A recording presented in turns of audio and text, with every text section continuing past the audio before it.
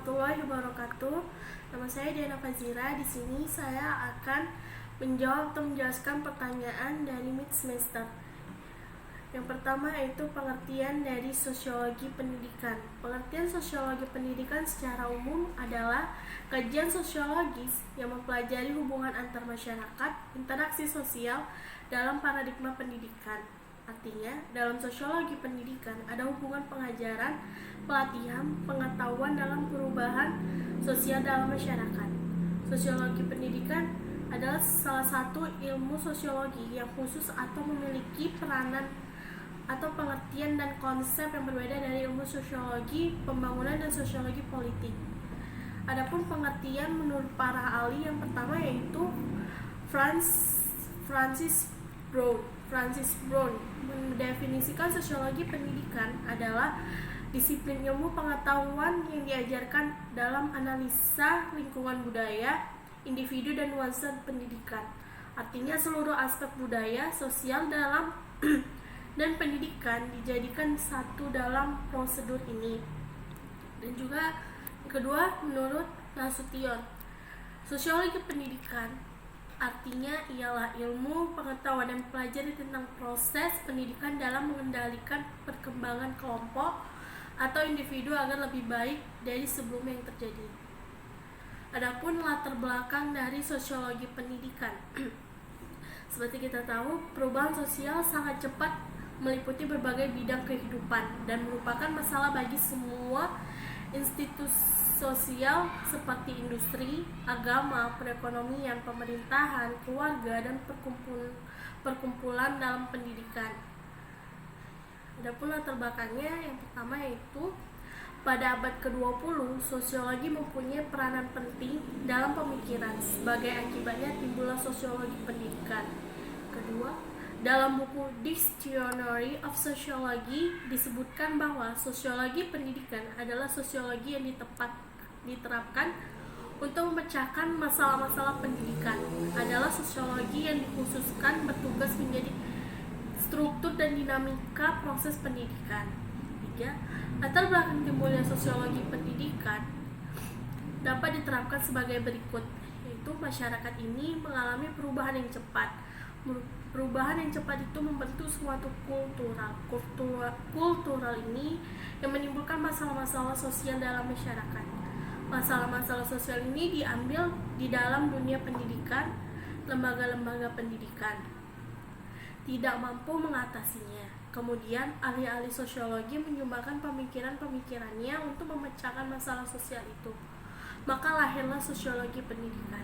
Keempat, salah satu fungsi sosiologi pendidikan di Indonesia adalah menetapkan Pancasila sebagai universal atau core values yang menjadi dasar integrasi sosial.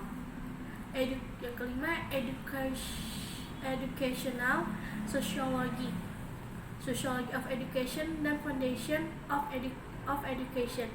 Definisi stelkap mengenai istilah yang dimaksud adalah educational sociology merupakan aplikasi prinsip-prinsip umum dan penemuan-penemuan sosiologi bagi pengadministrasi atau proses pendidikan. Pendekatan berupaya untuk menerapkan prinsip-prinsip sosiologi pada lembaga pendidikan sebagai salah satu unit sosiologi tersendiri. Unit sosial tersendiri.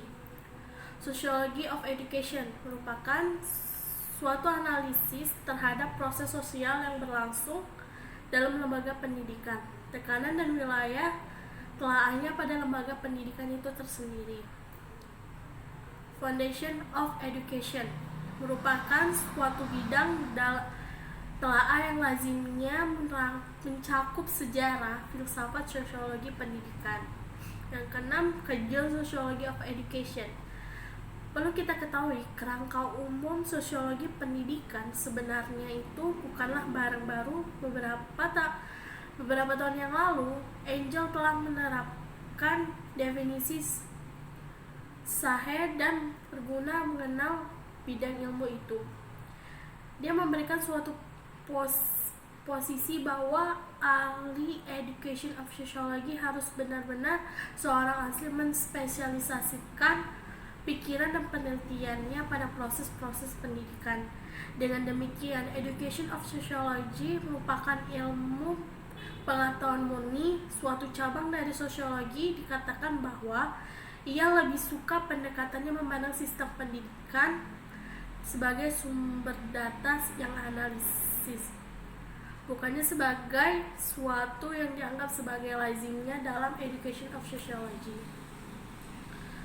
Adapun tujuan sosiologi pendidikan, yang pertama yaitu sosiologi pendidikan bertujuan menganalisis proses sosial anak baik dalam keluarga, sekolah maupun lingkungan masyarakat. Dalam hal ini diperhatikan pengaruh lingkungan kebudayaan masyarakat terhadap perkembangan pribadi anak. Yang kedua, sosiologi bertujuan menganalisis perkembangan dan kemajuan sosial.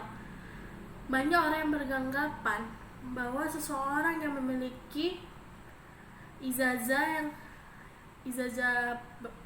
pendidikan akan mendapatkan dudukan atau jabatan yang tinggi. Berbeda dengan seseorang yang tidak mendapatkan ijazah atau bersekolah. Yang ketiga yaitu banyak orang atau pakar yang beranggapan bahwa pendidikan memberikan kemungkinan yang besar bagi kemajuan masyarakat, karena dengan memiliki ijazah dan semakin tinggi akan lebih mampu menduduki jabatan yang tinggi. Keempat, sosiologi pendidikan bertujuan menganalisis partisipasi orang-orang terdidik pendidikan dalam kegiatan sosial. Peranan atau aktivis warga yang berpendidikan intelektual sering menjadi ukuran tentang maju dan berkembangnya kehidupan masyarakat. Sosiologi pendidikan bertujuan membantu menuntun tujuan pendidikan. Menurut A.J. Paine, sosiologi pendidikan bertujuan untuk memberi kepada guru-guru latihan yang efektif dalam bidang sosiologi sehingga dapat memberikan sumbangan secara cepat dan tepat kepada masalah pendidikan.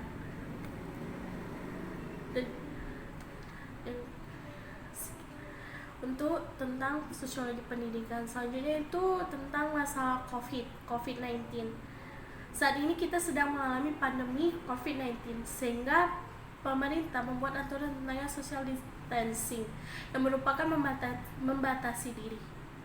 Walaupun begitu, kita sebagai makhluk sosial masih melakukan interaksi sosial yang seperti interaksi sosial yang di sekitar saya, seperti lebih meluangkan quality time keluarga ataupun interaksi jual beli, interaksi sesama tetangga, tetapi adanya batasan-batasan yang sudah ditentukan oleh pemerintah. Yang ketiga itu tentang kelas sistem sosial dan interaksi yang dilakukan online. Dalam kelas sistem sosial dan interaksi yang dilakukan online itu sangat membantu para mahasiswa dalam belajar, sepertinya dari WA kita lebih gampang berkomunikasi dengan dosen, mendapatkan info dari dosen, atau pembelajaran dari Zoom, Jitsu, mungkin kita bisa mempermudah dalam pembelajaran. Tentang selama pembelajaran online dilakukan karena pandemi COVID-19, dosen itu menerapkan perilaku dominatif, integratif, demokratif, dan juga learner center, di mana para kelompok mahasiswa sebagai di mana sekelompok mahasiswa membuka diskusi dan para mahasiswa lain memberi tanggapan atau pendapat tentang diskusi tersebut, dan dosen sebagai pembimbing dari arah diskusi, dan dosen akan menjelaskan pemahaman yang secara detail kepada para mahasiswa sehingga para siswa dapat mengerti secara jelas dan tepat. Sekian yang dapat saya sampaikan. Assalamualaikum warahmatullahi wabarakatuh.